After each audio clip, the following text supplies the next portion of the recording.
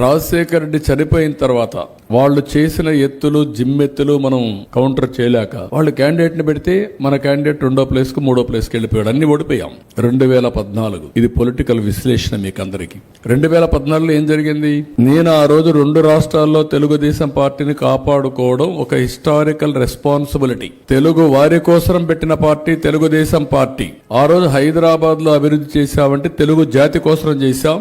ఈరోజు తెలంగాణకు పోయింది. కానీ హైయెస్ట్ పర్ క్యాపిటల్ ఇన్కమ్ దేశంలో తెలంగాణకు వస్తా ఉందంటే మనం వేసిన ఫౌండేషన్ ఇది. 95 2004లో చేసిన పనుల వల్ల ఈరోజు తలసరి ఆదాయం హైయెస్ట్ తలసరి ఆదాయం వస్తా ఉంది. ఒక ఎకో సిస్టమ్ క్రియేట్ అయింది. అయితే ప్రజలు విజ్ఞతతో ఆ రోజు నేను ఆ నిర్ణయం తీసుకున్న వైఎస్ఆర్ కాంగ్రెస్ పార్టీ చేసిన పని మీరు చూస్తే విభజన కావాలి, ముసుగు సమైక్యవాదం.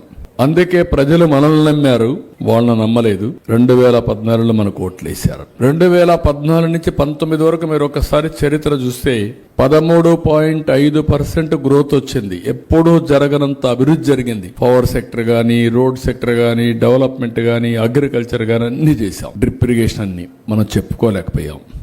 నేను తొందరలో పరిగెత్తా ఉన్నాను. నేను పరిగెత్తే మీరు నన్ను అర్థం చేసుకోలేక నేను ఇంతేలేదు నన్ను వదిలిపెట్టి మీ పని మీరు చేసుకున్నారు. లాస్ట్ లో ఎలక్షన్ వస్తే తెలుగుదేశం మోటుకున్న ఎప్పుడైనా సరే విజయం మందే. ఎవ్వరు మనల్ని ఓడించలేరు. ఎప్పుడైనా మనం ఓడిపోతున్నామంటే ఆ రోజు మీలో అసంతృప్తి ఉండి ఇంట్లో పడుకుంటే బయట పోలేరు. మళ్ళీ పోరు కూడా మీరు. ప్రాణం పోయినా మీలో అణువు పసుపు రక్తం తప్ప వేరే రక్తం లేదు మీలో.